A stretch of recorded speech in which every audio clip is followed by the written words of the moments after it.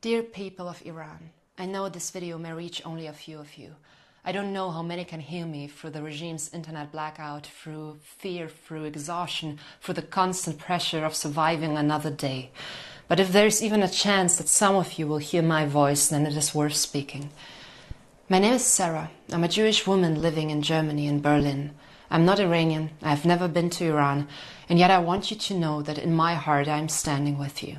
I feel connected to you, not because I claim to know your reality, but because I recognize the loneliness that comes when your people survive unimaginable brutality and the world turns away, and still you fight for truth, for dignity, and for the lives of your people.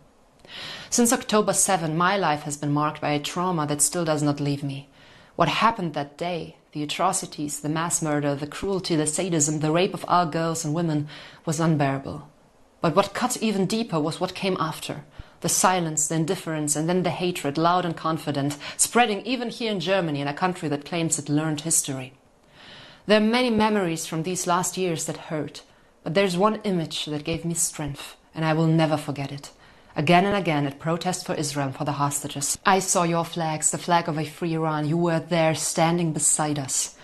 You recognized our pain. You stood with us when it felt like the world had turned its face away. When you are grieving and the world pretends not to see your pain, solidarity means everything.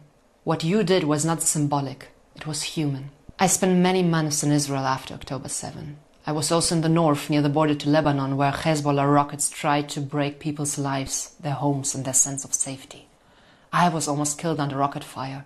Later I stood in Tel Aviv during missile attacks launched by the Islamic regime that has also chained your country. I remember how I looked up and watched those rockets cross the sky, and I felt the cold knowledge that you can die any second, that your life can be targeted by men who never have to look you in the eyes and still want to erase you, your country and your people. And now for weeks I have watched your protests. I have watched your videos, your faces, your shaking voices, your funerals, your blood on the streets, your mothers crying, your young people brave and unarmed, facing a machine that does not hesitate to kill all of you. I cannot pretend I know your suffering in my body the way you do, but I want you to know that your pain is not invisible and you are not alone. Your country is not this regime. Iran is not the Revolutionary Guards. Iran is not terror. Iran is not Hezbollah. Iran is not Hamas. Iran is not the rockets that almost killed me. Iran is you. You who have shown the world what courage looks like when it costs something. You who keep walking into the streets even when you know what can happen. You who risk everything to be free. I want nothing more than to see you free. Not as a slogan, not as a geopolitical game, but as a real life for real people. A life where your daughters can breathe and choose their future. A life where your sons are not hunted. A life where families do not have to whisper in their own homes. If I had influence over politics, I would use it. I would push with every ounce of strength for the free world to stop treating your suffering as background noise. To stop bargaining with your oppressors, to stop looking away. Because I have learned something since October 7. After a collective trauma, the most dangerous moment is the moment you start to believe you are screaming into a void, that the people who died will be forgotten, that your hostages will be forgotten, that nothing you do matters. But it matters. Every day you survive matters. Every life that was stolen matters. I know because I have Iranian friends here in Germany that almost every Iranian family carries loss. Names and faces that will never come back, futures interrupted. And still you continue. Not because you're not afraid, but because you refuse to accept the life on your knees. I hear your calls for Reza Pahlavi. I hear your demand for dignity, for an Iran that belongs to its people again. And I will do what I can with the voice I have to amplify your voice here.